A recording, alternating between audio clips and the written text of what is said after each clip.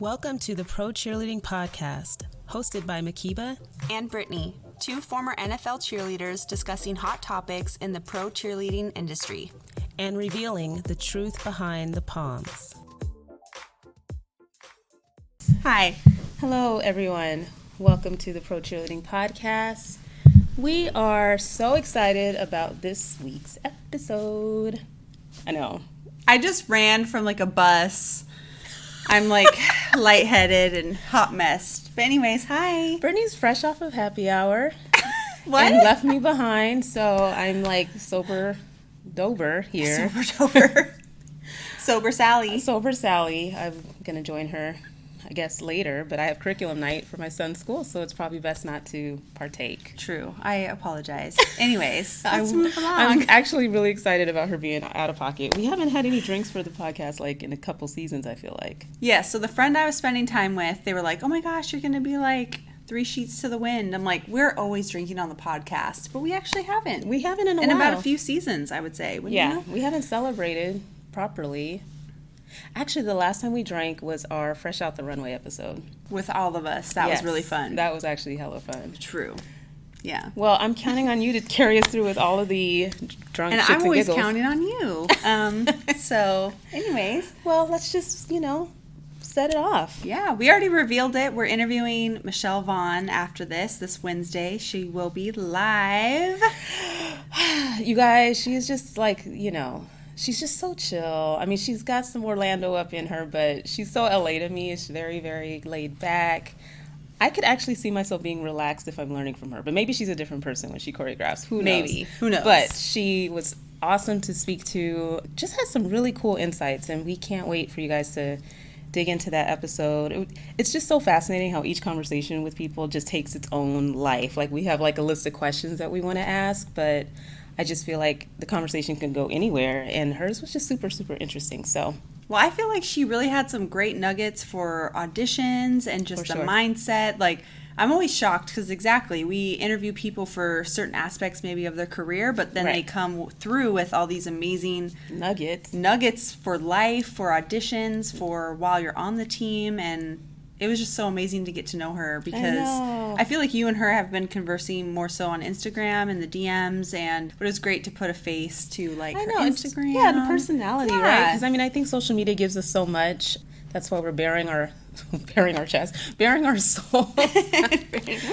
our souls for you guys by even like trying to show you a little bit of more behind the scenes of how we are when we record, because this is us. I mean, we try to get a little cute for you guys, but that's about it. But I think it's good to put a personality and a face to a name and woolly woo. So we're just real, right? Yeah. I mean, we're not trying to put up some facade that we're perfect all the time and like, because we're not. Yeah, we try to throw on a little mascara for you guys, but for the most part, this is us in the daily life, and like that's what we want to present to you guys because that's just true. It's reality. It's truth behind the Poms, y'all. Truth behind the Poms, So at some point, we're going to look crustier and crustier for the YouTube. Yep. No, for you guys Get used to that don't catch us live, just know that we are posting Cheer Chat on YouTube, very much unedited, except maybe for the random thumb trying to turn off the record button. But more or less, we're just trying to share ourselves with you a little bit more until we can get to some games and show you guys more footage of some performances. So welcome to our lives. Don't be talking. No, I'm just kidding. Kidding. Nobody would. Everybody's we have such amazing followers. Thank you so much. Yes, we do. We do. I think people love it. Says Brittany. Says me.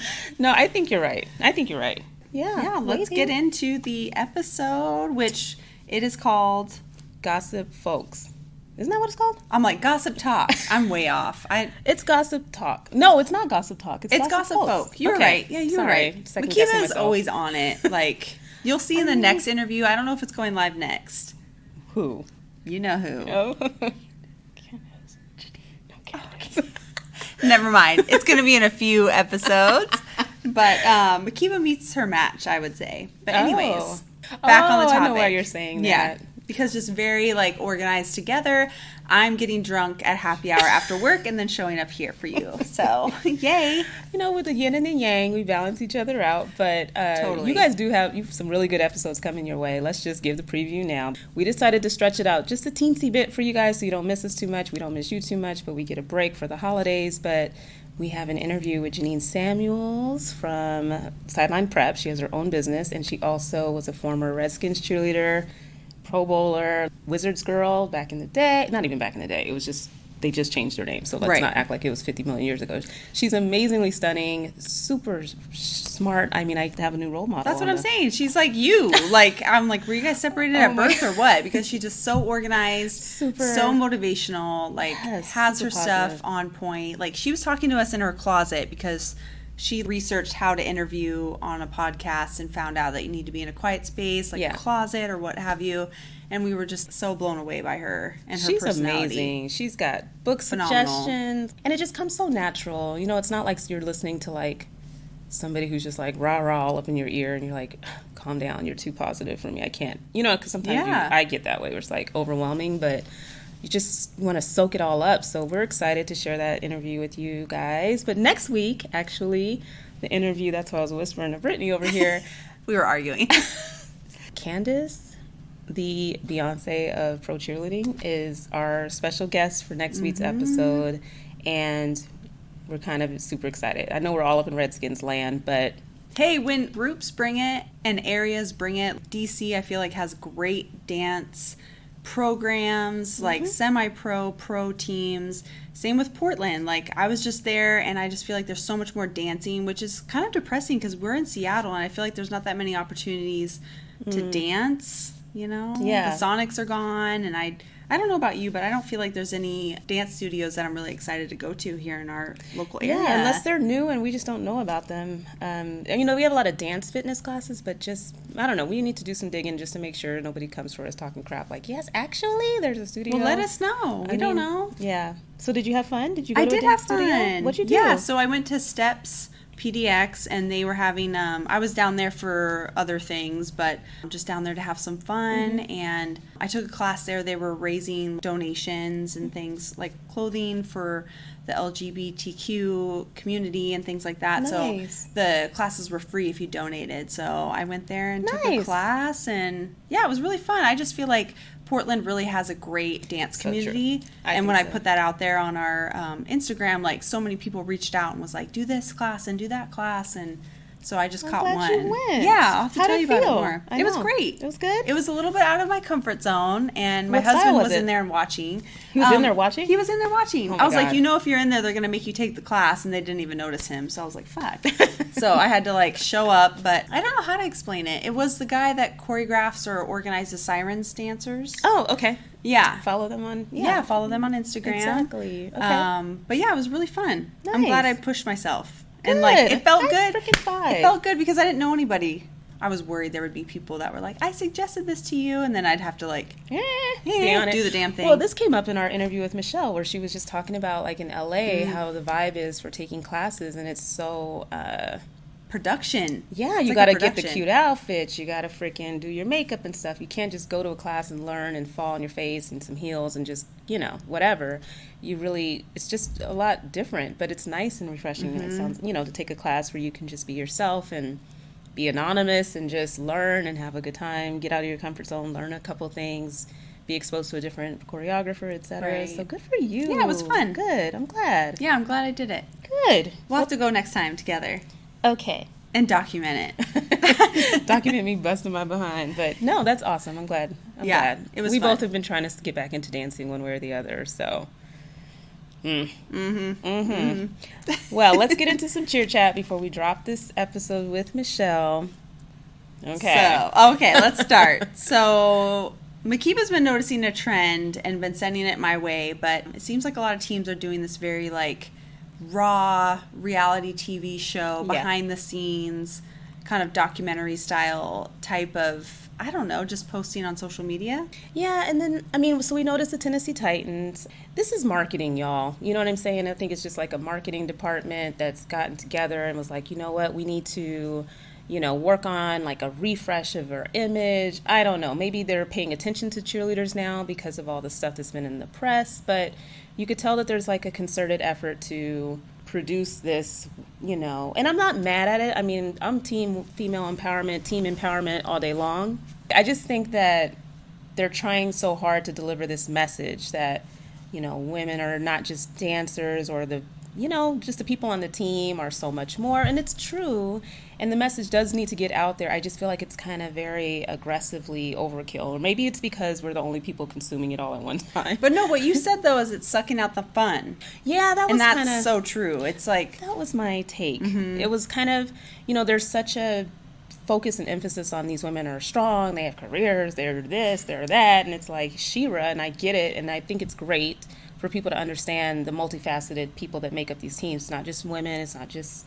there's men on teams and they have various backgrounds, but it's just becoming such a harsh line that I would much rather see content that's a little less staged, or it's not like it's scripted. It's not like reality TV. It's not like a Kardashian show, but it's leaning more towards that versus like we have so much fun. It's more like we're trying to so hard to be taken serious. That there you go. It's taking out the fun part of it. That where we like used to make eyes with each other and like we would dance on the 20s, right? For like one of the, what am I trying to say? One of our 2-minute warning. Yeah. And like you would just always know who was going to be dancing across the field, and like that gave me energy, and like looking at each other and like laughing and stuff like that. Yeah. It just feels like that aspect isn't being portrayed, or it's been forgotten because it makes us less serious or something. Right. And I just think there's a happy medium. I feel like everybody's tilted one direction just to try to offset this narrative that might be out there that, we should all go away and blah, blah, blah. But I just think that, it's okay to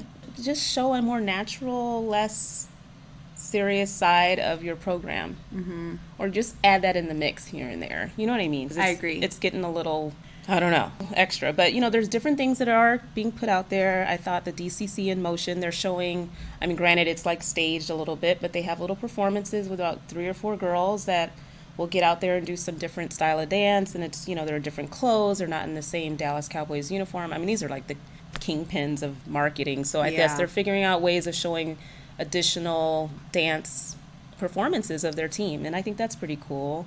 Was this like when they did in the pro shop? Like they did a little hip hop? Yeah. That one. Yeah. I think you sent that to me. Yep, that one. Right, that was really fun. Yeah, and they have like all these like lasers following their body and like popping up on their shirts. So that looks cool. It's different, and I think that's good. I just, it's some of these videos where they're interviewing the directors and they're just really coming off hella hard in the paint that I'm just kind of like, calm down, like, hopefully it's still fun. And that, and the other thing that made me think about that was like so much emphasis on like the team training and the work. But it's all black every day.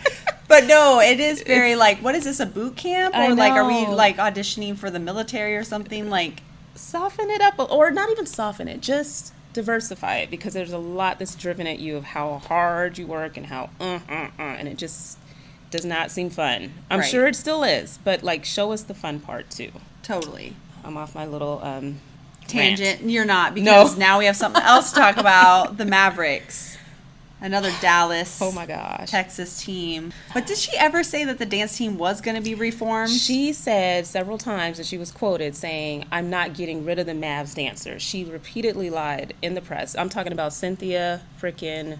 What is her last name? It doesn't even matter. But whatever. Cynthia Marshall. How could I forget? There you go. Cynthia Marshall from the Dallas Mavs was, when all of this hit the fan, when they got rid of the Mavs dancers, she was repeatedly saying to the press that they are not getting rid of the Mavs dancers. We got somebody that actually sent us some video from the Mavs preseason game, and they had the Maniac. It was so bad. It was awful. It was lame as AF. Like, seriously, it looked like just a group of fans had band together to like dance in the stands, and like, I was like, wait, I like had to zoom in. I had to like really focus and watch it a few times to see even what the hell was going on, because describe it. Imagine like the club row, and it seems like there's like an overhang over them. I'm like YMCA over here, but so they're like standing up almost like at the front row of a club section. That's what it looked like to me. The little maniacs in the little outfits, and one other video where they were on the court during like a shooting competition, but when they were up in the stands, there's just some music on, and they're just kind of like half-ass moving around. I was just very pissed off all over again, and I ended up on Twitter, and she's still private or whatever. But I'm just saying, like, maybe it's coming out for the regular season. But the point is, where are they? Like, if you said you weren't going to get rid of the Mavs dancers, we don't see them. We don't see any entertainment. The Maniacs, as you can tell, are not cut out for the job for entertainment's sake. They're just not. Like, let's just be real. I'm so over them, but whatever. Everybody gets an opportunity to dance, even fat They were wearing pink, right? I mean, we're not fat shaming. Well, yes, we are. Am I fat shaming? No, you're not fat shaming. I don't mean a body shame, but that's their whole claim to fame. I was almost going to say something worse, that it's like, it's just the average Joe up there, like, wiggling their shit. But kind of, you know what I mean? And that's their claim to fame. They shouldn't get sensitive about people being like just some fat guys dancing, because that's how they market themselves. Yeah, exactly. That's with the auditions. Like, are you a chunky man that can dance? Like, audition for Maniacs. It's just extremely disappointing because you had such talented women on the floor. Like, I don't watch the Dallas Cowboys cheerleaders making a team, but, you know, there were apparently a few women that, from the Mavs dancers, that tried to get on DCC just because they're, you know, looking for other opportunities to work. And it was a perfectly talented group of women. And I'm just so pissed that that opportunity was taken away from them. And they didn't even have a decent replacement. At least the other teams have figured out how to get their shit together and come up with another team, making it co-ed, do something. And maybe it's still in the works. Who knows? I haven't seen anything on their website. I'm just over it. If she was an advocate for women and, like, what they were doing, she would have said, like, hey, this is maybe your last season as a Mavericks dancer, or we're going to change it. Like, let's work and collaborate together to form a team that best fits my vision, or the vision that I see the team going. But instead of removing them and not really having an adequate replacement, lame, so half-assed. So lame. We're not feeling it. No. You think we're done talking about it, but we're not. No, I'm just kidding. But, well, no, we're not. Yeah. No, thanks for sending that to us. Yeah, that was, we appreciate it. And keep us posted. I mean, we'd love to see how other teams, you know, I want to see these dancing dads in Cleveland. So if you're from Cleveland and you're watching and you see what this little team looks like and you want to send it to us, because I don't think I'm going to Cleveland, definitely. Yeah, where is that even? Did we just beat them? That's why I'm talking shit, guys. Sorry. Oh, like the Browns? Okay. That's near Chicago. Is it? Ish. Isn't it the Chicago Browns? Or that's baseball. It's okay. Chicago Bears. Anyways, let's move on. Cleveland Browns, Chicago Bears in terms of football. No, okay. Whatever. Anyways. I think the alcohol is taking effect now. I think I need to be fired from the podcast. Anyways, let's move it on. We're holding auditions. So no, I'm kidding. Yes. Okay. All right, so this one might get a little testy too. This is some long-ass cheer chat. It is. I'm here for it. All right, let's go. So, you guys, if you're paying attention to your presidential candidates, Cory Booker, who's a senator and a Democratic candidate for president, has come out with a plan addressing this issue of paying college athletes and trying to close the gap on, you know, gender inequality when it comes to paying athletes. And I know this is controversial, but California came through with the act that's going to, you know, pay these players, college players, to pay them to play. That's a little bit of a tongue twister. Who's been drinking now? No, I'm kidding. But they're looking at doing that, and Cory Booker is committed that if he becomes president, that he's actually going to make that, you know, a federal law. And he actually has a provision in there, guys, around professional cheerleaders and dancers, which I think is phenomenal, that he recognized, you know, the struggle that a lot of women have had in this space around getting paid properly. And so I think it's amazing, and I was very pleased to see that it's on the radar. Mm-hmm. And you have your thoughts on paying athletes? Okay, is it educated thoughts? I don't know, but this is just me ranting and raving. I feel like paying players of any sort of college sports or gymnastics or dance could cause a lot of problems, don't you think? No, I absolutely don't. Well, actually, I think there's certain aspects of it, right? The problem that I have, and even with respect to pro cheerleading contracts, is the restriction on your ability to make money by profiting off of your likeness, your name, your image. And it's not going to cause any more of a problem than the NCAA and the schools that have profited tons they are and tons forking and in tons. A lot of dough. You know, it's $1 billion industry, and so they're making it off the backs of these players, and I was really moved, and I was so pumped. I feel like U.S. gymnasts are talking so much shit right now, and I love every second of it. So Simone Biles came out today talking about, like, own it. If you're the greatest of all time, then damn it, that's what it is. That's the facts. So I was pumped about that, but also Caitlin, how do you say this child's last name? Ohashi. Caitlin Ohashi, the gymnast from UCLA that went viral with all of her 10.0 floor routines for gymnastics.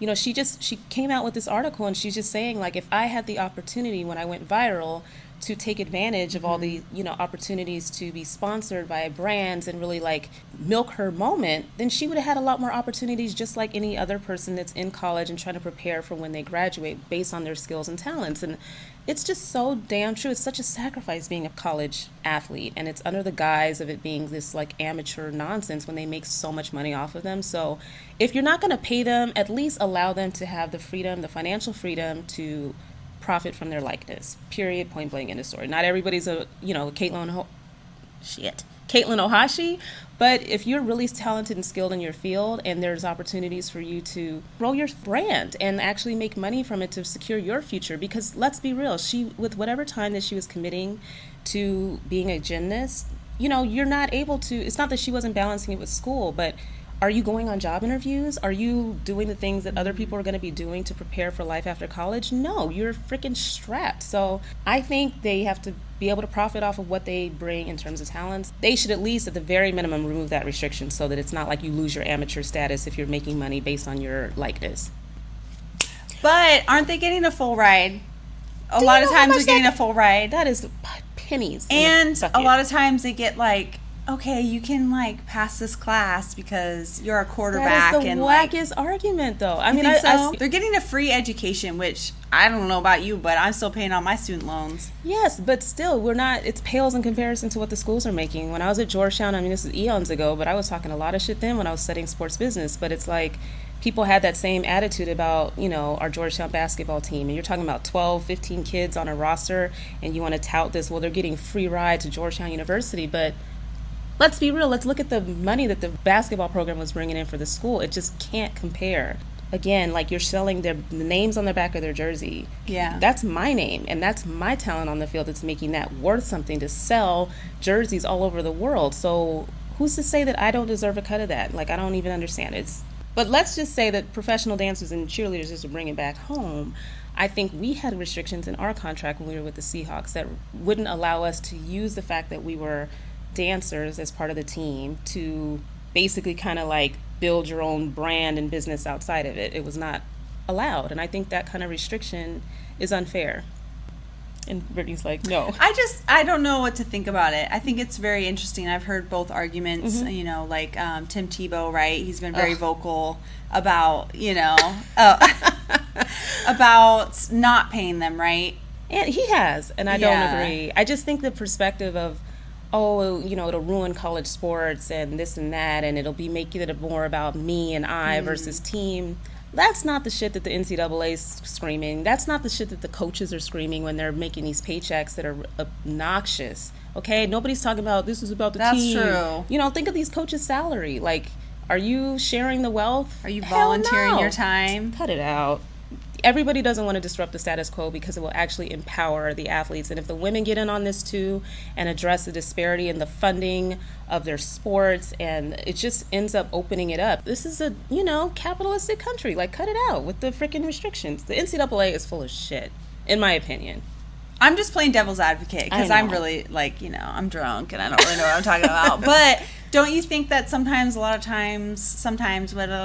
it's poisonous to the professional teams? Yeah. Money is greed, and I think it causes a lot of problems just in terms of the team's dynamic and feeling jealous, and why is he getting paid more than me, or you paid him more to keep him and paid me less, so now I have to go elsewhere. It definitely opens the market up. It causes a lot of problems. But to me, it's really no different. This has been bubbling for so long, and the free essential labor that they're getting from these athletes and the amount of time that they're investing, I just think the frustration is going to continue to build. So you're creating your own monster by not dealing with it in a way that's fair and equitable, or at least putting heads to the table. I mean, the NCAA has gotten away with this structure for so long, and it's just been such a joke. And I just think because it's kind of festered, I just think they're going to have a hard time unraveling that, and it may cause problems with the team. But I mean, these coaches are making some pretty money for their salaries, so people management, manage expectations, manage egos, and really you're setting them up for the real world. Hopefully they'll learn about their money management. Hopefully they'll learn about investing. Hopefully they'll figure things out while they're in school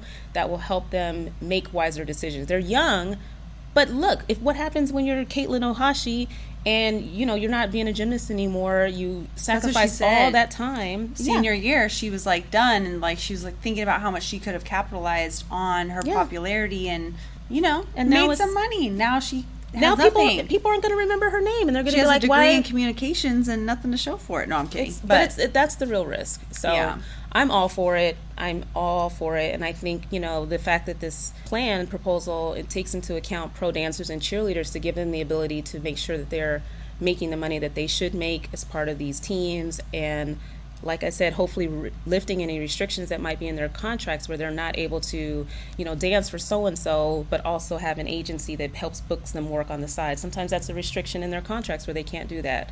So I'm all for why don't you just pay them? Because, you know, aren't they typically, like, doing illegal shit anyways by getting them cars and buying them houses it's and very clothing? Corrupt. It's not like they're So it's not like they're not corrupt now. Exactly. You might as well just pay them and just keep it real. Exactly. So I kind of get that point too. So what do you suggest they do? Who? The NCAA? The schools? Yeah, what should they do? Just pay them, and like how would they structure the pay? No, I'm kidding. That's a whole other episode. I do have thoughts. I mean, you know, sports business is a really nasty business. I studied enough, and that's what sent me to law school. I knew that it was hella shady at the end of the day. And, you know, because of the NCAA restrictions and rules and how people get caught up and what was going on to go around the rules and what everybody knows happens, like, it's just a utter clusterfuck. Okay. It is. Thankfully, Michelle's not part of a team, so we don't have to feel like we're on our best behavior because we hurt so much this episode. We love you, Michelle. It's definitely something that people should be thinking about. You know, you guys are building these great careers dancing. You're building these followers on your social media. What if you really wanted to, you know, leverage that background and you had restrictions on your ability to do it? So once you're done dancing, you're just like a dried up little piece of toast and you can't. Well, she went viral. Caitlin went viral. Isn't there money in that? No. She couldn't make it. But now that she's graduated, could she do like some commercial? Nobody cares anymore. She's not on the field. She's not on the gymnastics mat anymore. It's not the same. She went viral, but it's more like a, you know how viral is? They forget about you in 2.5 seconds. So unless she's doing another 10.0 routine that everybody's fresh in people's minds, it's kind of the moment's passed. The moment's over. I feel for her. I know why she's pissed. She needs a manager that's going to be like, remember that video? Yeah. Mm-hmm. That was just like us. We were like, we can still do it. Not. No, I'm kidding. We can. Oh, my gosh. Anyway, that was a pretty interesting tidbit. And again, because we are included in that ban. That is amazing, though, that they are including us. Because I feel like a lot of times dancers, gymnasts, like the arts kind of athletes are forgotten. It's like, is that forgetting. Did you give me something to drink and I don't? Anyway, maybe it's my breath. No. But you're right, they get forgotten very easily. So props to Cory Booker for taking into account some of these. Are you going to vote for him? I don't know if he's going to make it through, but I mean, he's going to.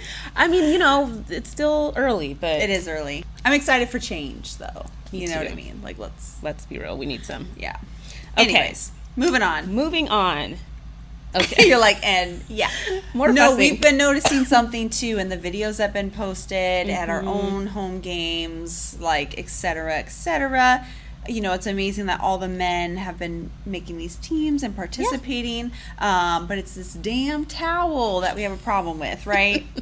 I mean, okay, we love the fact that you have a prop. You know, I think it's great. Like pom-poms. Yeah, but we use the pom-poms to rally. I think the towels are meant to be, I think they're even called rally towels, but I think when we've seen some videos where the towels become this flingity prop while you're dancing, it's so distracting. And so it's just more like can you just not? Like, they shouldn't make the boys dance with the towel. Right. Or something. It's dancing with the towel. There's only one towel, so, like, think of floppy it just ruins towel all your motions while you're dancing. Where when we have Poms, like, we would even talk about that at practice. Like, which way are you doing buckets or candlesticks? You know, with your palms. Are we shimmering them or are they holding still? Like, yeah, that matters, and so it should matter with the towel. It's towels gone wild. Totally. And they need to calm down.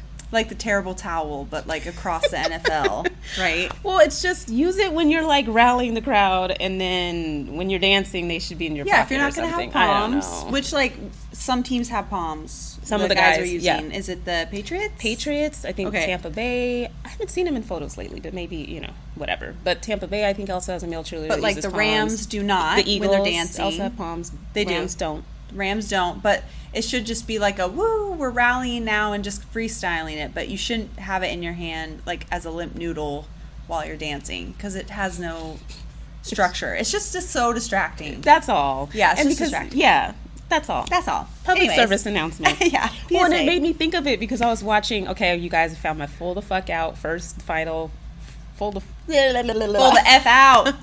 Full the fuck out Friday dance performance, and it was the Washington Wizards. I had to give it to them. Yep. I mean, they looked really, really good. They have more guys, I think, than when we went last year on the team this year. At least it looked that way. But such a fire performance, and I was just imagining after seeing some of the other videos that I'd seen, like what it would have looked like if the towels were part of that whole shenanigans, because it's fast movements and motions, and just like it would have just looked a hot mess. So yeah, any hoodles. Let us know what you guys think. And if you have any candidates for Full the F Out Friday, send them to us. We'll post it. And yeah. Oh my gosh, did we talk that much? I guess we did. But let's ease on into what's wrong. Well, I was just going to say that like this might get edited for Wednesday, but this won't. Like what you guys are seeing right now is live and unedited, uncut, so, truth behind the Poms. Like come join us randomly because we don't have a set schedule of when we do them live. But anyways, but it will be on YouTube. We definitely want you guys to check it out and comment, man. Give us some interaction because this crap right here on Instagram is not always easy to capture the comments. So feel free to go to our YouTube channel and post your thoughts. I mean, we've debated some pretty juicy topics, so we're curious to know what you guys think about that. So leading into Michelle, you guys, I mean, I'm sure you've seen her choreography from Pro Action Dance this summer. 7 Rings. I mean, I cannot stand Sweetie's my type anymore, but I can watch it when I know I'm going to see her choreography. And then Pop Lock and what? Am I hungry? Lock and drop it. Pop Lock and drop it.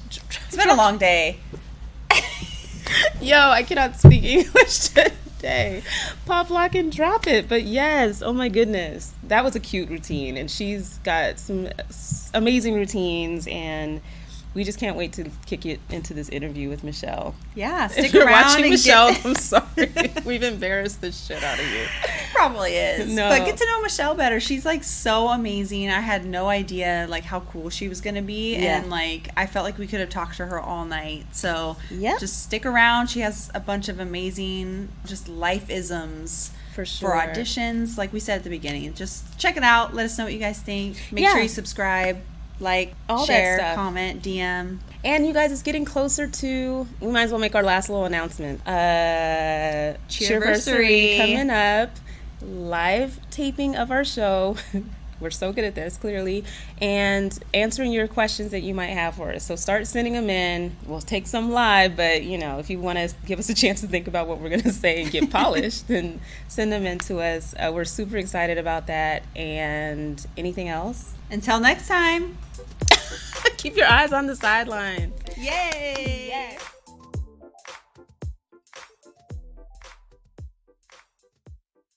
Hi, guys. How's your day been? It was a very adultish day. So just catching up. I just got back from Japan, and I leave in 2 days for Colombia. So Colombia. At the moment. So yeah. What are you doing in Colombia? I'm teaching.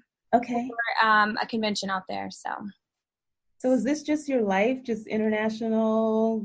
Kind of a little bit of everything between, because I do a lot of dance team stuff too, like high school, college, and all-star world.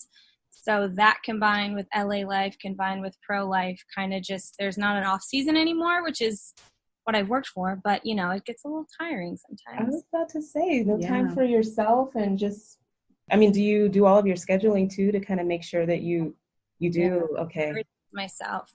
Well, thanks for being down. I know. So fun. We're so excited. I love the podcast. I'm trying to figure out how I came across it. I think it was right before all the themes started being taken away. Right. I don't remember who was on it. I think we were communicating when we saw that article, or no, the interview, the radio interview. Yeah. Mm-hmm. Been a little crazy.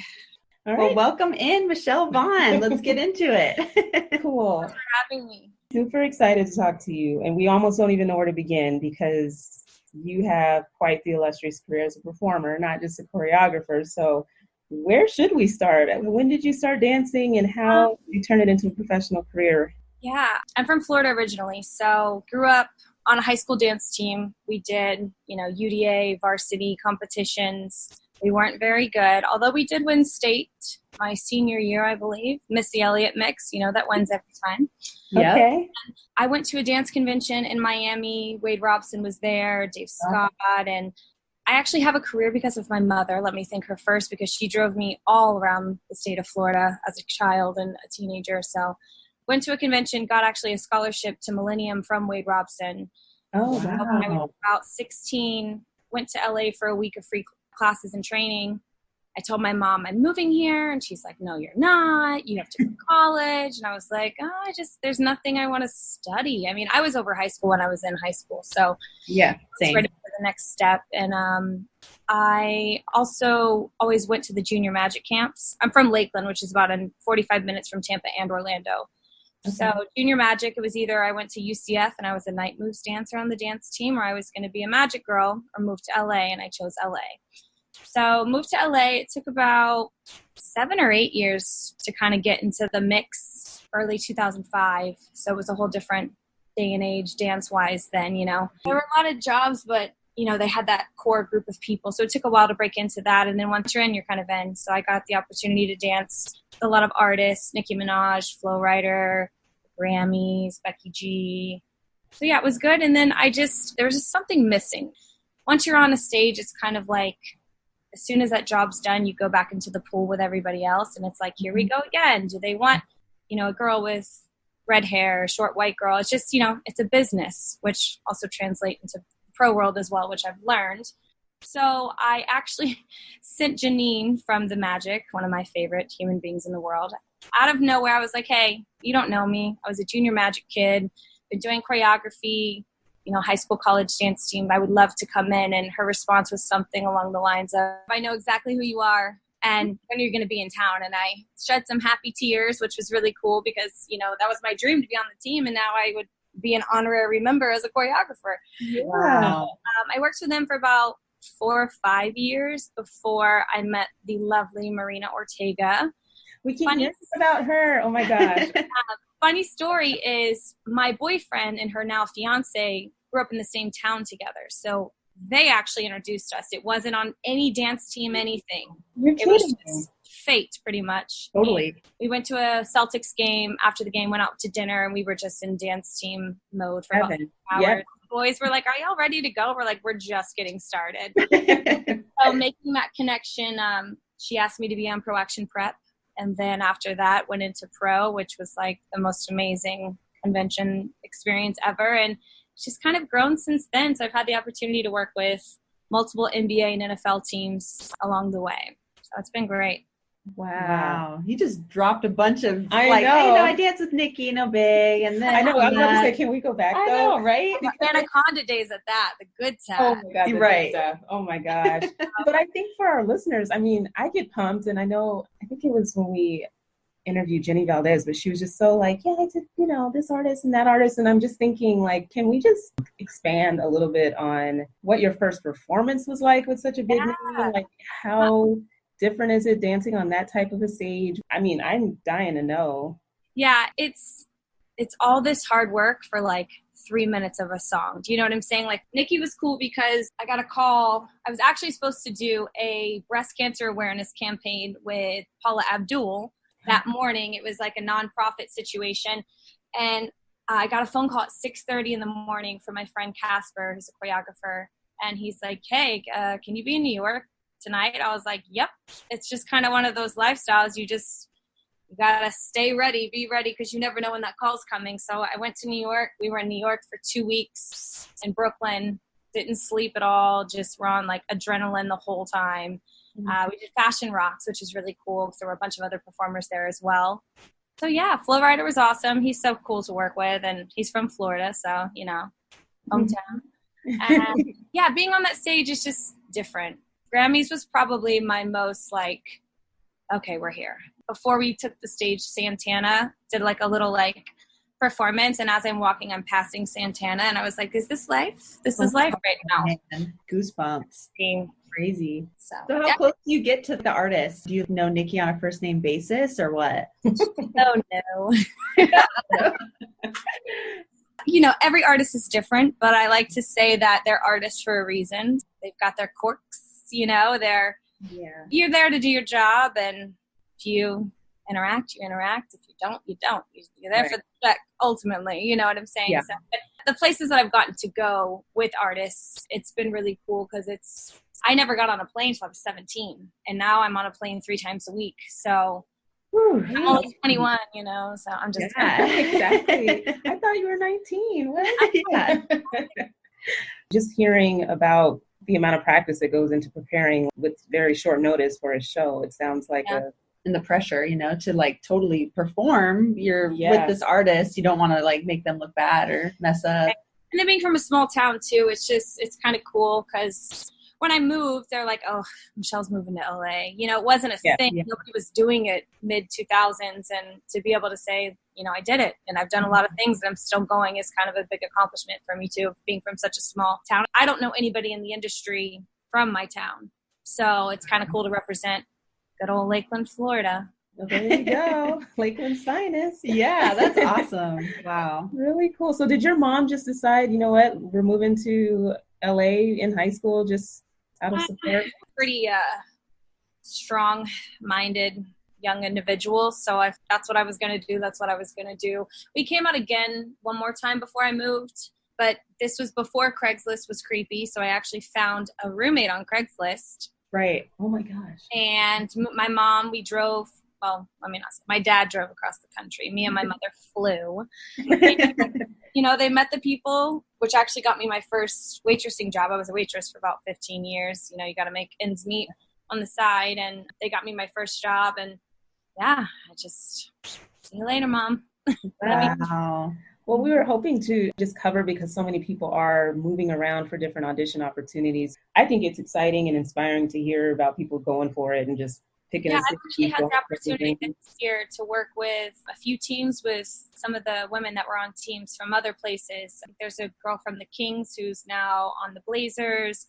We've got some of the Warriors jumped around. So, I mean, it's kind of cool to see that they're still going after their dreams and, you know, making it a reality. There's still opportunities out there. I mean, I think the whole shift it's based on what everyone's seeing on TV. So it's not to blame per se. Could it be handled differently? Possibly. I don't know how everything was handled, but I think overall it's just what you see on TV. It's World of Dance. It's So You Think. It's, you know, it's The Lab. You see The Lab is dancing for Sierra. I mean, times are just shifting and these markets are, you know, wanting to be a part of that hip hop culture. But I do think it is by market. So. Yeah. Interesting. What's been your favorite place to teach or travel to since you are Miss International? I mean, it's been so cool to teach abroad. Yeah, I actually haven't been to Colombia in about 7 years, so I'm super excited to go back to Medellin. And then I was just in Japan last week teaching and judging. So no place really trumps the other, but it's just cool to be able to go there and experience the culture. And everyone's always just so welcoming. Japan, everyone is just, they don't understand spatial awareness, but they're the sweetest, most caring, nicest. And it's so funny. As soon as we land at LAX, we're like, yep, we're back in America because it's so different. Oh my goodness. How long were you in Japan? Just for 6 days. Oh, wow. That's so cool. Are you just completely hosted by whoever invites you out for that entire time in terms of like showing you around, or is it kind of you coming up for the job and you're on your own? Depends. Most of the time when you're international, you have either a translator. Like in Colombia, I'm definitely going to have somebody with me at all times. But they show us around. We went to a few temples. We got to do some tea making, the ramen and karaoke and, you know, everything that's kind of to their culture. So we usually have somebody that hosts us when we come to there. And do they help with the teaching choreography too? They'll help translate, but not necessarily the dance moves themselves. But everywhere we go, I mean, there's at least a handful of people that know English. So if I have an assistant that speaks both of the languages, then they'll be on stage with me to kind of break it down. That's so cool. So when you choreographed your first choreography piece with the magic, what was that like? What was the style? Do you remember? It was hip hop. It was a Missy Elliott mix, you know, like never go wrong with Missy. It was so nerve wracking because I didn't want to mess up. I wanted it to be good because I had worked so hard to be in this position. And as soon as we were done, she was like, so when are you coming back? When the next time are we going to come down? So I've set a lot of pieces, but Missy Elliott was first. And it was actually cool because they took it overseas. They were the team in Brazil that year, I believe. So they took the piece to Brazil and to London. Nice. So choreography got to be seen internationally as well, which was really cool. Yeah, that is so cool. I appreciate hearing from people who've been in the industry for a while to at least appreciate all the changes in technology, obviously with social media and how you end up marketing your body of work. I personally would be like so pumped to see my choreography like posted on all these different teams. Like, can you just talk about that? And I mean, the work speaks for itself, I think, and that's what spreads it around. But I think technology is great, but it still goes back to word of mouth and your relationships. I don't think I would be half as far as I am if I didn't meet the Marina or the Minas or the Sabrinas or, these women or given me the opportunities to be in these positions. But yeah, it's super cool. And, you have to keep up with the times, with the social media. I kind of go back and forth with it, especially in the LA side of things, because it's just so different now. You have teachers that you've personally never heard of in your entire life, but they're teaching at all these big places. So, I mean, just the world has changed. So you either got to get on board or complain about it. So it's finding that balance in between, which I think is fun that I'm in. It helps being in both worlds. So I'm not just completely focused on LA all the time. I've got this other entire world that no one else is really tapping into from where I'm from. So it's been really good for me. No, that's an interesting point because I mean, these heels classes, man, I don't know what that's done to the industry. I've seen from one woman in heels, and her name is Aisha Francis. Yes, she's our favorite. That was our first heels class. I'll take Bryn Nicole. It's just, I don't want to use the word saturated. It's just everybody is just looking for something new. Everybody has so much to offer. And back in the day, it was you did hip hop, you did jazz. There wasn't all these in-betweens, and now there's all these different lanes, which is awesome for dance, but there's not that many jobs anymore either. So, it's just finding your niche and working through it. Yep. Totally. I still can't get over the fact that she's having a baby. We almost cried. Yes. We were so excited. First of all, everyone's having a baby right now. I'm like, please don't put that in my water. Like, I know, right? No, but for having babies, yeah. I know. I saw the picture and I was like, oh, Aisha's gonna be the best mama. That little baby. Is it a girl or a boy? Does she know yet? I don't know if she knows. Girl. I think it's a girl too. She posted about it? For some reason, I just have a feeling. Maybe I did see it too. Posted. Or because she's in heels and she's got a girl. Totally. Oh my goodness. Cool. I love it. So have you choreographed for any audition season? For pro teams? Yeah. I think we're seeing that a lot. Yeah, I got the opportunity to choreograph and run the auditions for the brand new Blue Crew for the Warriors, which cool. Amazing. So the Warriors have 5 crews, I want to say. The Breakers, the all-girl, they have an all-boy crew now, hip-hop crew, the Hard Knocks, and then the kids. So I got to choreograph that, which was super fun, but super intimidating because Sabrina's like, I trust you. And I'm like, yeah, but what do you want? She's like, just do you. It's going to be fine. And it was perfect for them, but I haven't been working on men a lot lately. It's been more pro industry, like women driven. So it was cool to have that opportunity, but then it was kind of like, okay, we got to, power it up some. Make it up for the boys. Give them their moment. And is it mostly a hip hop crew style? Yes, for the boys for that team it is. I believe they had 2 boys audition this year for the all-female team. Okay. One of them made it to finals, I believe, but didn't make the team. So the team itself is still comprised of all women, but then they have this hip-hop team that performs with the women as well. So they have their own thing, and then they perform with the women as well. And then also the Blazers, their second year for Rip City Crew. Yeah. Their amazing coach, Lisa. Mm-hmm. She invited me up, so I got to set a couple pieces for them as well this year, which I'm excited for. Yeah, we love talking to Lisa in our Like a Boy episode just about the differences in choreographing for men and, just all of the stuff that they learn about our world, Yeah. have to be part of a dance team, so to speak. Yeah, it takes them a minute to get into that.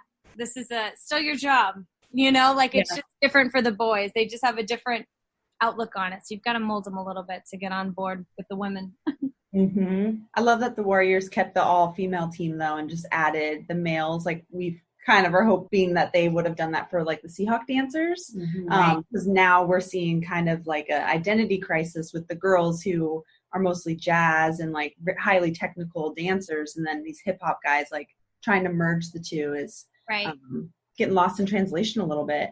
And like I said before, I think it goes by market. Like, can you imagine the Oklahoma City Thunder having a hip hop team, let alone males on their team? And then what are they going to do when it's country night? Do you know what I'm saying? And that's across the entire league. But I think different markets, their clientele is different. Their audience is different. So Seahawks, Seattle, hip hop, cool. But then that's not going to translate to the Utah Jazz. They want, I love rock and roll. Do you know what I'm saying? Yeah. So I think it's not trial and error, but I think they're still figuring things out. I actually haven't gotten to see the Seahawks dancers perform yet. Oh, I did. But the boys had their own, like, hip-hop section, I believe. Right. Yeah, so they're a little separate. Separate and combined. I think they're trying to give the guys a chance to showcase what they're good at. And then same with the ladies. But then game day, it is really much all meshed together. And we're excited to see how it unfolds. I like their towels. That they don't have the Poms, or like the Rams, the two boys have the towels and stuff. Yeah. So I like how they're keeping it a little bit that way. Well, I feel like you have to be really versatile in, like, this day and age to make any kind of team. So do you have any advice for aspiring dancers or any observations you've noticed about people coming through? I think the biggest mistake a lot of athletes make when they audition is they don't study their market. They don't study the team. They don't know what that team brings. Or if they have men on the team and you're a male auditioning, what do those men look like? You have to still look at the team and see what their whole vibe is. You can't just come in as this complete individual, because then you're not going to blend. You've got to be able to be a team as an individual. Also, just knowing it's a business. Your hair, your look, your weight. As much as, we want to, it's all equal opportunity, it's still a business. You have to meet those standards. And same thing, I was actually having the talk with Sabrina from the Warriors. The men on that team have the exact same expectations as the women. There's no opposite. The workout, the training, the boot camp, everything's the same across the board, which is good, I think, because if we're going to implement that, then it needs to be across the board. But I think just knowing your market. I taught for Simone. Yeah, she was very flexible when we interviewed her. I was like, is it Simster?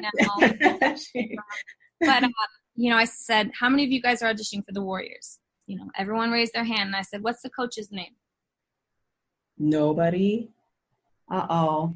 Little things like that, you got to know, especially, I'm not sure with NBA. Oh, well, yeah, how extensive. You have a test on who you're working for, essentially. Yep. Who's your coach? Who's your vice president? Those things matter. So I think going in with that knowledge and then knowing that and then just letting your dance shine, as opposed to going in as this amazing dancer, but you don't know anything about what you're auditioning for.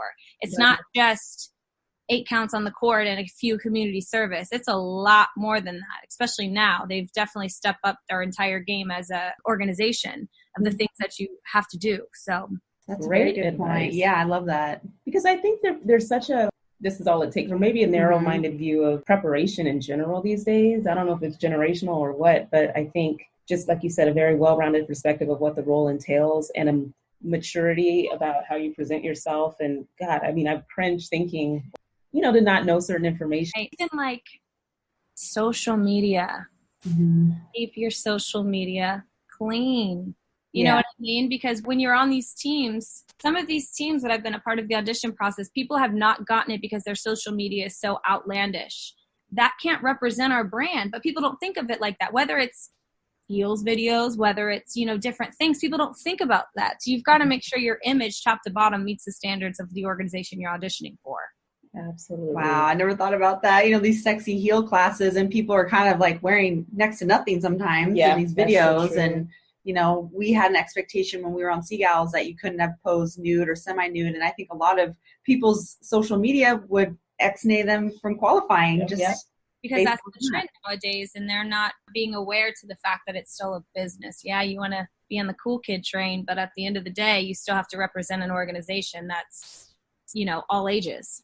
Yeah. Well, I have a question, I guess, because I think with what I see, there's obviously the dancers that are wanting to break into pro cheerleading or being part of a dance team. And then there's, dancers that either were former cheerleaders but are now wanting to do choreography from a heels class by some artists, tag the artist, and then get, whatever seconds of pleasure that you get from somebody putting like a fire emoji thing. I don't know. But I mean, I guess it just depends on what your hustle is or what you're getting attention for. But it does. Yeah, but it's also just, that's LA right now. That was never LA when I got here. I remember having a camcorder and I would ask the teacher, can I film so that I could watch myself to figure out how I could get better as a dancer? But now, and it's even kind of deterred me from even taking classes, is that I don't want to be on film all the time. I want to go take class and kind of be a hot mess and maybe learn and my heel and then keep it moving. But I have all this pressure of,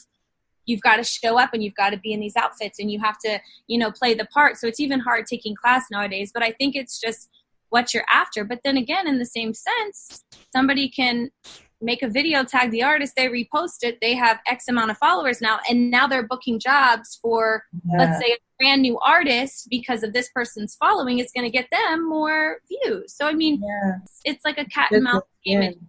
It just depends on what you want to do. But even so, I've been with an agency 14 years out here, and even just the audition calls are so few and far in between now. There's not any work. And if it's work, it's like, oh, is that really worth me canceling these other jobs that I have in line? I mean, financially and what I'm doing, Right. Why do you think it is? Do you think it is because people are finding dancers and booking people just through social media alone? Yeah, but I also think the music industry's changed. No one's making music videos. No one's going on tour. Nobody's doing any of that anymore. And those were the jobs we were fighting for. No one's making movies. And if they're making movies, they're Kenny Ortega movies where he hires, West Side Story, the most amazing jazz dancers that do everything. And that kind of goes back to that pool of the same people are constantly working because they're professionals. But really not as much work as there was before. And I don't know if my mom would like me dancing for Megan Thee Stallion. You know what I mean? Yeah. Nick Minaj was it. Okay. No hate on what everybody's doing. I just am kind of past that phase of doing that, I guess. Yeah. No, I'm old. I don't know. I feel like you're on a different level. Yeah, I think it's changed, and it's just a different industry nowadays. Yeah. Well, I mean, I love that we have this podcast to just talk crap and just, hypothesize of what it could be like or whatever. But I think it's kind of interesting to have that perspective of where it's gone just in like the last 15, 20 years. And it makes me think like, okay, at some point, are we going to come full circle because history repeats itself, or just where is it going? You know what I mean? Like at a certain point, it's like, doesn't this shit get old? I think it will come back around. But then again, we don't know where social media is going. That's the thing. So if this is what we're dealing with now, I feel like it's only going to keep escalating. Yeah. And even these artists, like the baby, like who's the baby? Like you know what I'm saying? But these artists are just coming out and there's one or two hits and then it's done. But at that moment, they're millionaires, So there's also no longevity on the artist side of things too. Unless you're a Sierra or you're a Justin Timberlake or an Ariana Grande, the longevity on that end is just as short as a dancer's social media career nowadays. Right. True. Well, all the people not all of them, but a lot of people that are truly respectable in the industry, and it's not about follower count, but it's almost just like, I feel like hidden gems because people just don't know. They know who's popular. We were talking about it for Cheer Chat for this week's episode, but there's kind of like no industry body that oversees our space, our world of pro cheerleading that can kind of like speak to trends or who the main players are and like build a sense of like respect for what's been established to get us to where we are. And so we're hoping to like dig into that a little bit just because I think people don't know, and it's not like you kind of Google history of whatever. It's kind of like the loss leading the lost, but it's not to say that these teachers that are teaching with all these followers, they're amazing. Right. They're amazing, but they just didn't have to go through the process of what everyone else had to do 10, 12 years ago. So like I said, you either hate it or you love it because which one benefits you? But it's also hard in LA because everyone's so talented. Right. And everybody has something different to offer. So back in the day when there were 3 studios, Millennium, Debbie Reynolds, and Edge, now there's like 7 studios and Debbie Reynolds isn't even around anymore. Yeah. So, and that's where I actually taught. So I'm not really teaching as much in LA, just pop-up classes, because there's no home for it anymore. And I'm never home either. But I was about to say, traveling all over the place. Goodness. So, I mean, I love that you have built your career to be able to do choreography for all these different teams. Do you have a preference, I guess, of college versus pros, or is there a team that has your heart, kind of a thing that you love working with? No. Who's your favorite child? No. Hip-hop. Hip-hop's definitely my go-to, but it's kind of crazy. I never realized how different the markets between NBA and NFL were till I was in it. Okay. And I remember one of the first times the old coach for the Miami Dolphins, Brooke Nix, she brought me in to choreograph like a pre-audition class. So I came and all hip-hopped out, and I was like, these girls are not like hardcore hip-hop. But I had no idea, because I'm used to working with NBA, Orlando Magic or college high school national stuff, and that was kind of my niche. So I had to kind of be versatile to what I gave them. And then from there, I went to work with the Bucks. My good friend Tara, love her to death. Mm-hmm. And you don't know where I'm doing, but I know who you're talking about. Yeah. She came from the Broncos, and she's doing so well with her organization down there. But she gave me the opportunity, and same thing. It's just different. And then I just worked with the Niners a few weeks ago. 40 women. God bless my formations. You know, it's just NFL is just so visual. Yeah. Still amazing dancers and amazing athletes, but it's more visual than necessarily an NBA team that's doing all these different styles and genres usually. Mm-hmm. And also they have way more games. So NBA, I think you just have to have that versatility more so, because as opposed to 8 home games, you've got 45.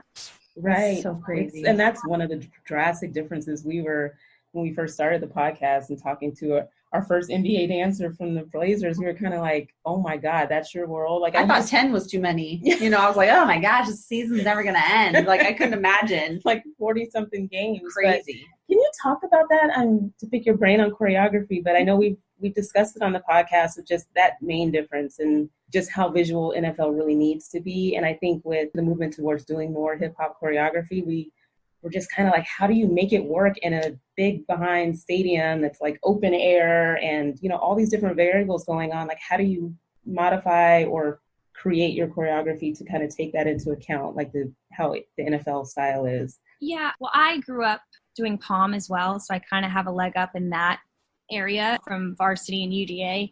So I implement a lot of that, but going towards like the fact that it's hip hop and NFL, I think music choice is going to be one of the biggest things to show it's hip hop.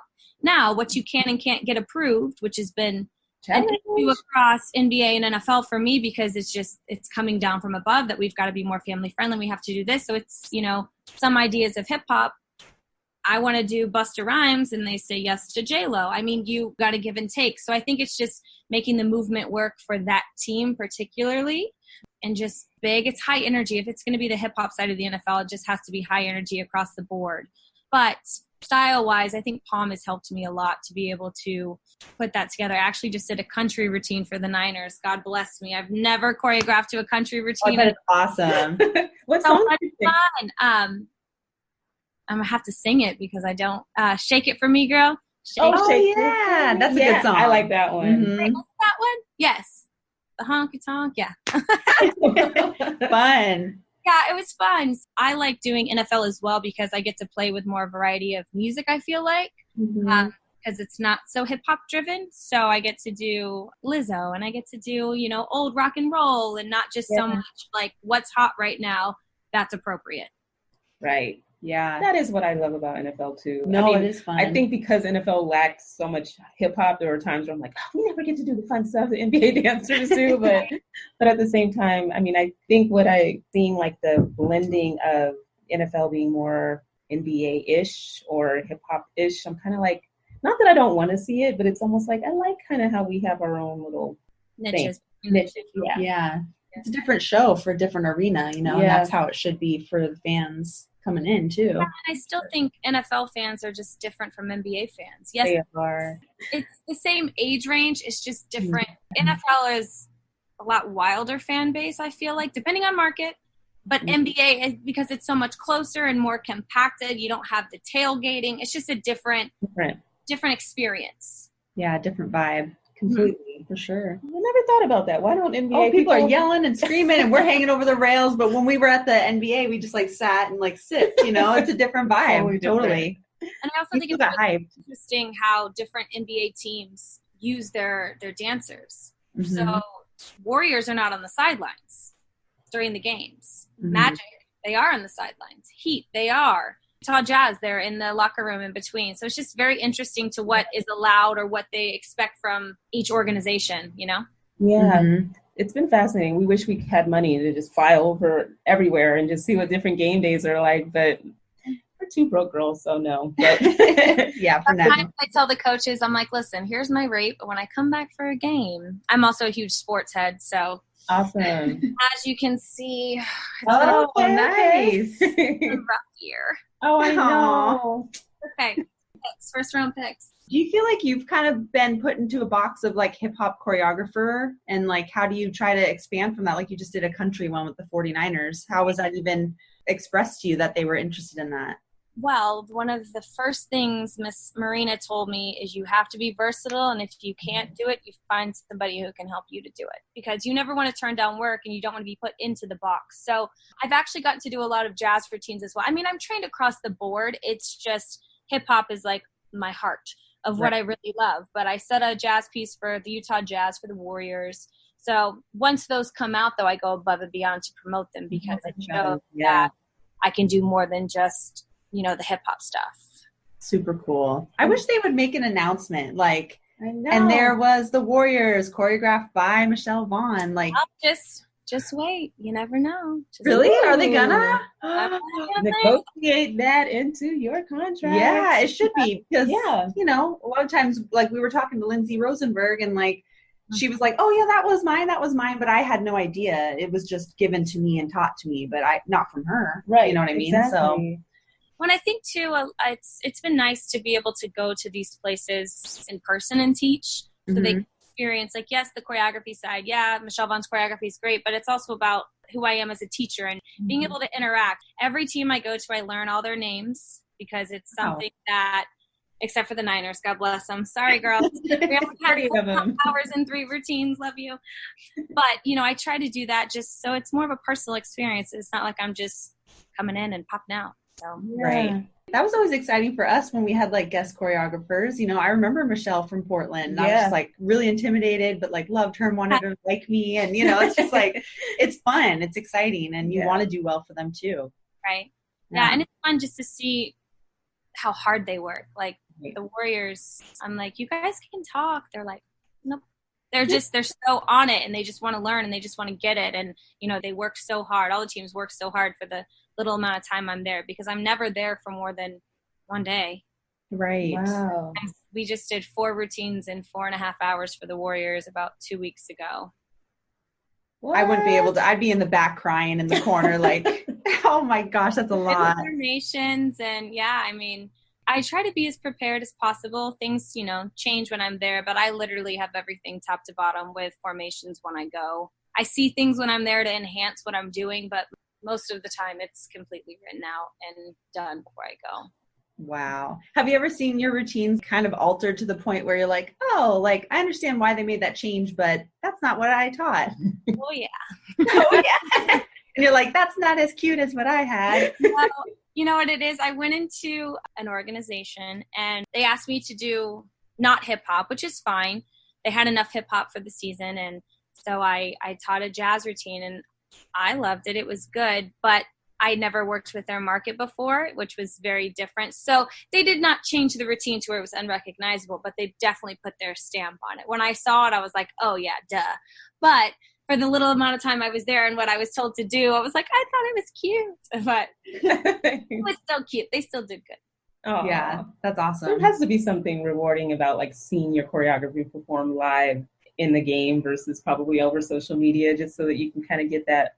Yeah, I've gotten the opportunity to see a few teams in person, which has been really, really, really cool and kind of surreal, because, you know, you work so hard to get to this place, and I always wanted to be on a team. Like, I'm always like, am I the honorary member? Can I get a jersey? Can I get an outfit? You know, it's just, I love it. And I would love to be on the other side performing it, but to see it come to life and to see them perform it with such excitement and they actually really like it is such a rewarding thing to see. And it's really, really cool. That's amazing.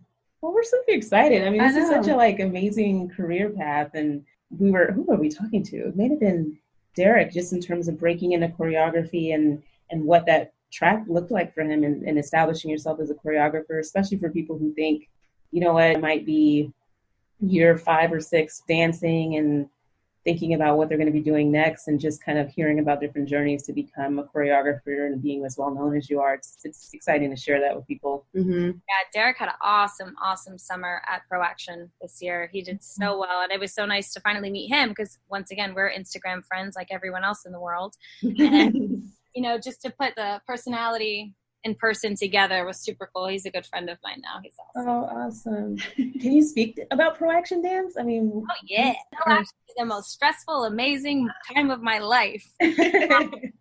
Sometimes, you know, things change last minute, and this year I had 3 routines, 2 hip hop and 1 jazz. The year before, I was brought on, the numbers grew really, really big the last couple weeks, so I was brought on to do 1 hip hop routine and then a novelty routine, which was super fun because I'm obsessed with Christmas. So I got to do the Christmas routine last year. Yeah, what'd you pick? Which song?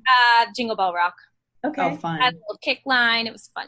Fun. This year, you feel like you have to, you know, outdo the year before. And I had my Beyonce routine last year, the Beychella, which was super big. A lot of teams did Beychella, so it was like... Okay, I'm mad I haven't seen this, but... You haven't seen Beychella? No. Well, I mean, I saw the Beychella, but not yours. Not yours. I want to see yours. So it's like, you know, and every year I sit down with Marina after, and we just kind of regroup of how can I be better? What could, you know, what more can I do? What am I missing? And the first year formations were really hard for me because my first time teaching, I had 97 people in my class. I didn't know to bring an assistant. I always do everything myself anyways. But I was just running back and forth across the ballrooms of ballets. And so this year I tried to be more prepared, kind of think a little bit more outside the box. But my first routine was pop, lock, and drop it. And I had 105, I want to say. So I just had to take a deep breath and, you know, you make it work. And then my second routine was 7 rings, and I had more than pop, lock, and drop it. So it's fun though. And it's always a learning experience. And it's also... I feel like most of my choreography is more NBA driven, but it was nice to kind of challenge myself, put some NFL feel into it so that I can translate across both leagues instead of it just being NBA material. Mm-hmm. So I feel like the Ariana Grande 7 rings kind of translated more so across, but we'll see. And it's always so fun to open Instagram on the weekends and see different teams. They're like, they tag you for the game, and it's wild. It's super wild. That's been the fun part is seeing like the routines because we were stalking the social media for the dance convention over the summer, and then now to see people kind of posting and showing like which choreographer taught it. It's just super cool to see all and it's cool too because every team like makes their own little tweaks of it. So sometimes I'll see my work and I'll be like, oh, why didn't I think of that? You know, because they tweak these little things or formations that just work so well for their team. So it's cool to see what they add into it. Yeah, that's one thing that amazes me about choreographers is the formations, man. Like, it's all of it. I don't know how, like, I was barely a dancer, so then to like choreograph, it's like, did that just come naturally to you? Or formations were not my forte at all. I had to really, really work with those. I do a lot of judging for high school, college, nationals, and worlds, all-star stuff. So it was seeing how that worked and moved to be able to incorporate it into my stuff. And formations are so important, especially I do a lot of nationals routines for different high schools and colleges. So 2 minutes of a routine, you've got to make it, it's got to move. You can't be in one formation for more than 2 8 counts. That's how I feel. So it was something that I really had to like hone in on. And it's like a math problem sometimes. Mm-hmm. A friend of mine taught me the pennies. Used pennies, different color pennies or different color things move around. But now they actually have formations for it. But I'm old school. I have an entire, I call it my formation Bible. That it's about this thick, and it's got formations from the last like 4 years in it. So Wow. We always had it drawn out for us too. Like the director now, Courtney, when she was a choreographer a few years ago, she would like send us photos of her notes and it's just like all these little diagrams and X's and circles. And I'm like, I think I get it, you know, but like you just have to write it out and do what you everybody does it differently. So it's funny. I'll write sometimes and the coaches will be like, is this the front or the back? And I'm like, oh, I do it this way, you know, because everyone just has their own little method of what works for them. Right. Cool. Super cool. Yeah, formations and numbers stress me the heck out. So I'd have to have an assistant just to count the people and get like the right. Oh my God. You can group them though, right? You don't have to do all the 100 in the formation, do you? Oh, no. Yeah. Oh, okay. It'll be like U20, U20. Well, it's like if it's in my mind, it was like a big pyramid. I'll have 3 pyramids. Right. Oh, okay. And it moves through that. But it gets confusing. I had a little brain fart at Pro Action this year. I spent like 10 minutes and you don't have that long anyways. And I just could not figure out this formation. I was like, water break. Yeah. No, I mean, how do you guys teach at those anyway? Just because of the space, it looked like it's a big ballroom, but you guys are all in the same room though. Is that right? Yes, we had 2 rooms this year, but pretty much the biggest class goes on the stage.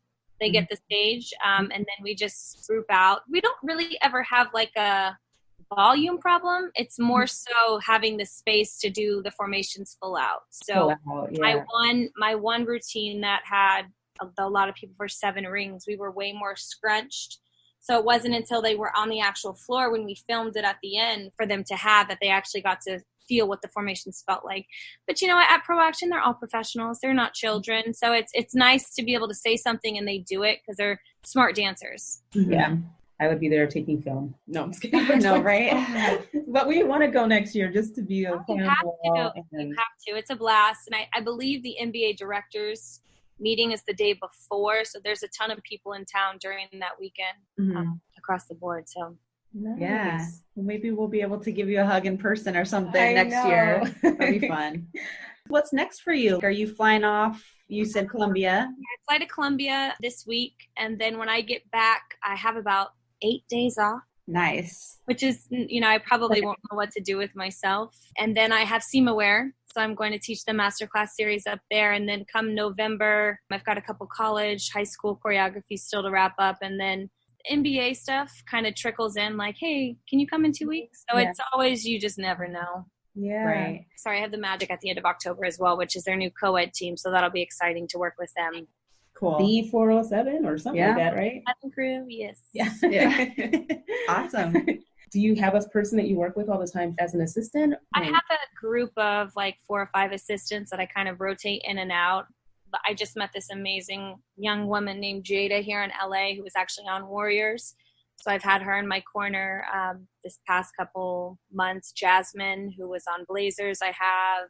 And then a few of other dance friends that come in and help me. So I rotate through them to make sure nothing looks the same. Yeah. And, you know, it's nice to have them as a validation sometimes because it gets hard sometimes to keep creating, but having them, you know, to help me through is nice. That's so cool. Everybody's been so amazing that we've talked to. Like, honestly, it's just such an amazing community that I feel honored to be even part of. You know what I mean? I can barely do a double turn, but, you know, I guess I'm in it. I'm in the crew. Make it. No. Yeah. Make it till you make it. I love that.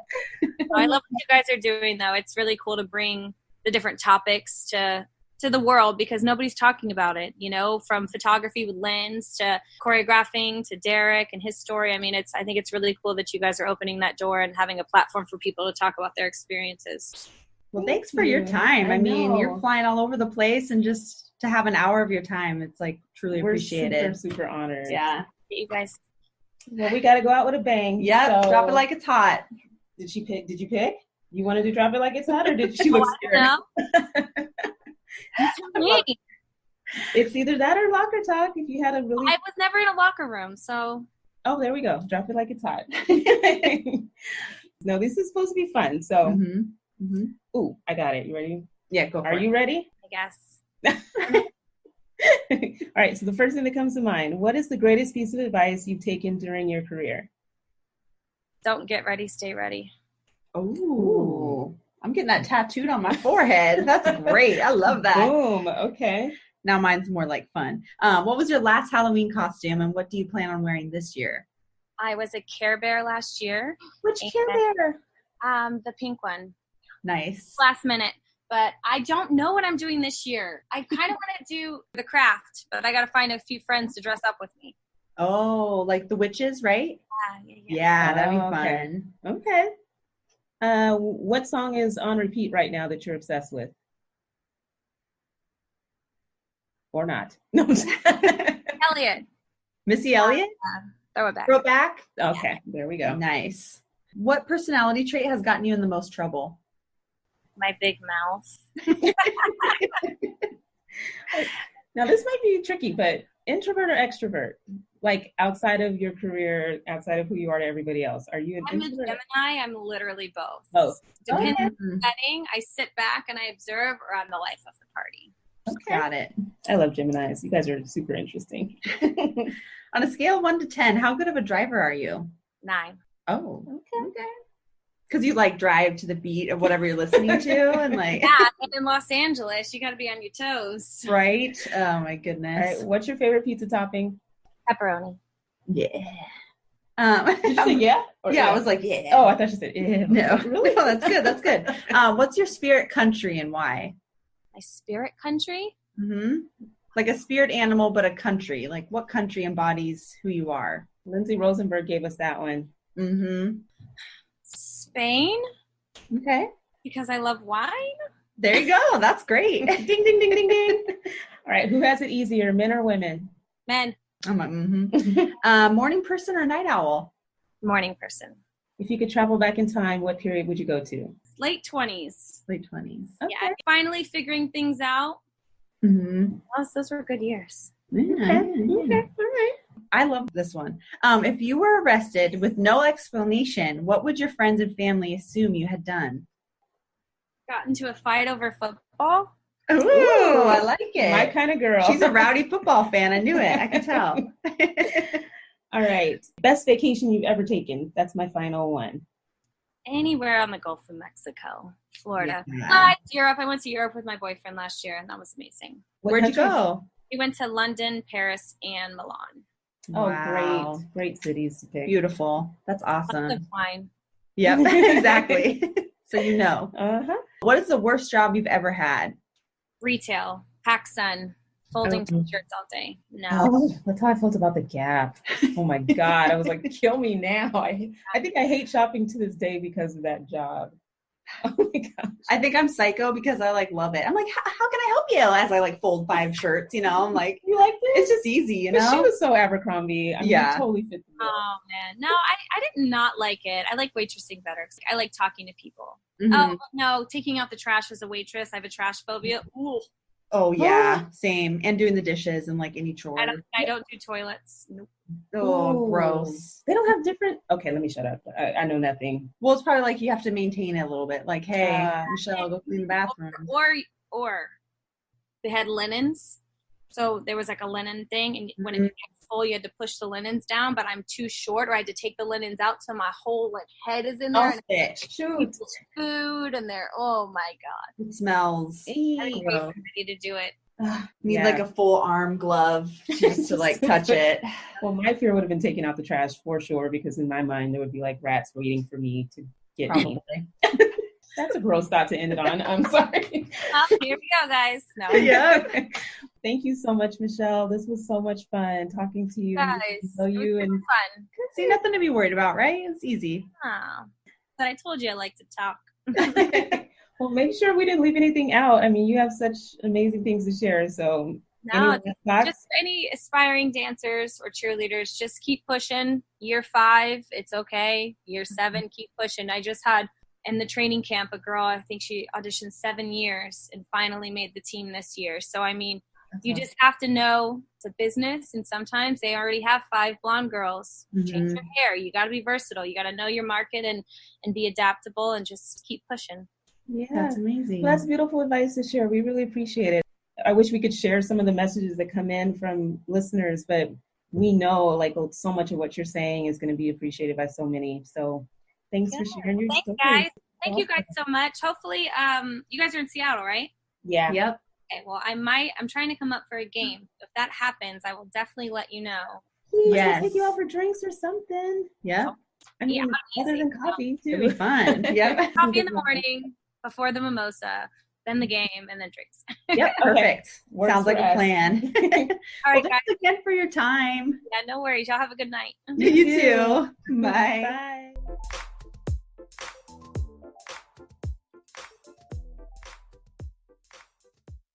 Hey, Michelle was so amazing. Yes. I mean, everybody we interview is so amazing. I just like, I don't know about you, and I'm sure it's the same and then some, but I just appreciate everybody's time because we are only a year in. Like, a lot of people don't even know who we are. Right. And that's totally fine, but just the fact that somebody as awesome as Michelle is giving us the time of day to talk to us and give us such amazing advice and advice for all of you is just so cool. Yeah, you guys, because, I mean, let's be real, you know, we're not quite the media, but usually if you're, you know, maybe if you're doing interviews or appearances, you're getting paid for them. And so our guests have been very, very generous to us to share their time and their insights. And so, Michelle, we just want to thank you for taking the time. She was just getting ready to head out of town to Colombia, like such an exciting lifestyle. But, you know, she said she's on a plane like 3 times a week, I think. And we just really appreciate her making the time for the podcast and wanting to reach out to our listeners and share what she's learned. You know, these people have been seasoned in the game and know the industry, they know the business, and I just think you're getting a lot of very, very helpful information from Michelle and other guests that we've had on the show. So please, if you listen, definitely feel free to, like, I love when we post about who we're going to interview or like after the interview and everybody's like, They freaking out. Like, oh my God, I love her. Like, you know, it's just, I think we have to show people in our industry that love. You know what I mean? Like, make them aware of the fact that we appreciate them, that we love their body of work. And that got me pretty hyped. People were excited about this episode.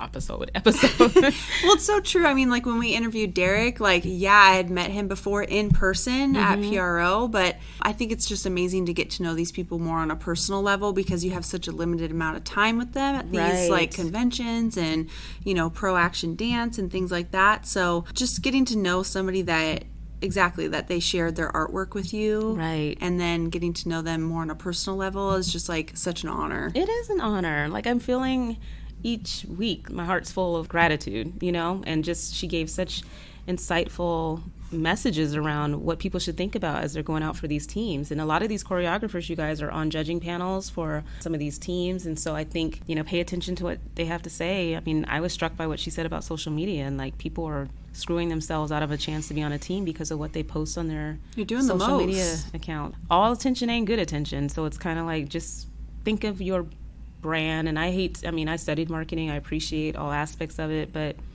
now in today's day and age, yeah, your social media becomes your brand and how you represent yourself. And I'm not acting like, you know, I should look at mine while I'm talking shit. Well, I'm not trying to even be preachy, right? Don't even talk about the last photo I just posted. Squatting below I Love Hoes in Portland. Oh.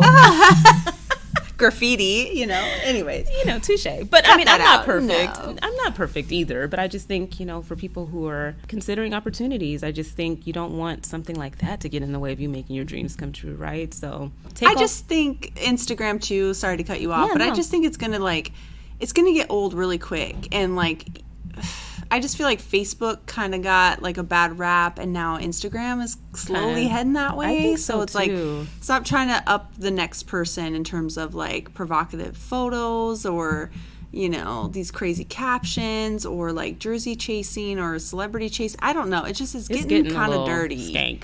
And when it's like people are looking, and, you know, Michelle even says that's how people are being found. So just keep it clean, keep it classy. If you want to end up in this industry dancing professionally, definitely showcase your work, but keep some things private, right? Yeah, or just have in mind who your audience is, because at some point, if you are looking to be a part of a professional team, they will potentially scroll through your stuff. And so, you know, maybe that racy heels class where you're doing some extra, you know, twerk in action is great and fun and amazing, right? Not you know me, I'm team sexy all day long, but what I choose to post and how long that stays in my Instagram existence and feed is kind of just stuff that you just got to keep in mind because archive it or block certain people, do what you got to do. People are watching. Just, you got to be aware that it's a business, and if they feel like something's off brand, as they say, then they're not going to be touching And it stays on the internet forever. Whether you like to think it doesn't. Yeah. People are looking, and people will save that stuff. Yeah. And probably not the people you really want to be saving that. Mm-hmm. Yeah. So on that note, we're putting stuff out there for everybody to hear. Exactly. Our social media has been, a journey for us. We don't take pictures of ourselves regularly to share with you, but we definitely want to share like the people that we've been talking to, these awesome photos. Love that everybody was digging the HBCU episode, pictures of Deanna and just everything. It's just been amazing. So continue to follow this crazy journey of ours. We have our YouTube channel. You could see what Cheer Chat looks like live and uncut and unedited, not what you hear on the podcast necessarily. So what else do we got? Twitter. I've got my thumbs. Twitter thumbs. Twitter thumbs were going off over the weekend, but I probably should tweet more, but I think you're tweeting great stuff. Thank you. I'm retweeting great more. articles. Retweeting more articles. Yeah. So stuff that's really relevant and things that we cover in Cheer Chat. That's true. So if you want to hear or see them more extensively, they're always in the description box or, in the show notes. But you're always tweeting about stuff that we're going to talk about live. That's true. I'll make sure I keep doing that. Any good nuggets out there of information, definitely. Send it our way. Yeah, going to share it. And you guys, thanks for sending information to us. Like, we are only 2 people, and it's not easy to track everything that's happening in our space. So please let us know if you have things, like performances that you're excited about. Tag us and stuff. People have been tagging us in some really cute pictures. We appreciate it. Try to show you guys all love, but help us out. Keep us in the know. Give us the cheer tea. And this is just like mid-season, y'all. Like, seriously, stay tuned because... it keeps getting better. It does. Better and better. Awesome. Everybody is so amazing that we interview, but it just, seriously, I think you guys are going to be shocked who we talk to in the future. And, stay tuned for all the exciting things we're doing for, like, our Cheerversary, our 1-year anniversary of doing the podcast. It's crazy to think about. And we just appreciate everybody. Thank you for listening. Until next time, keep your eyes on the sideline. Woo!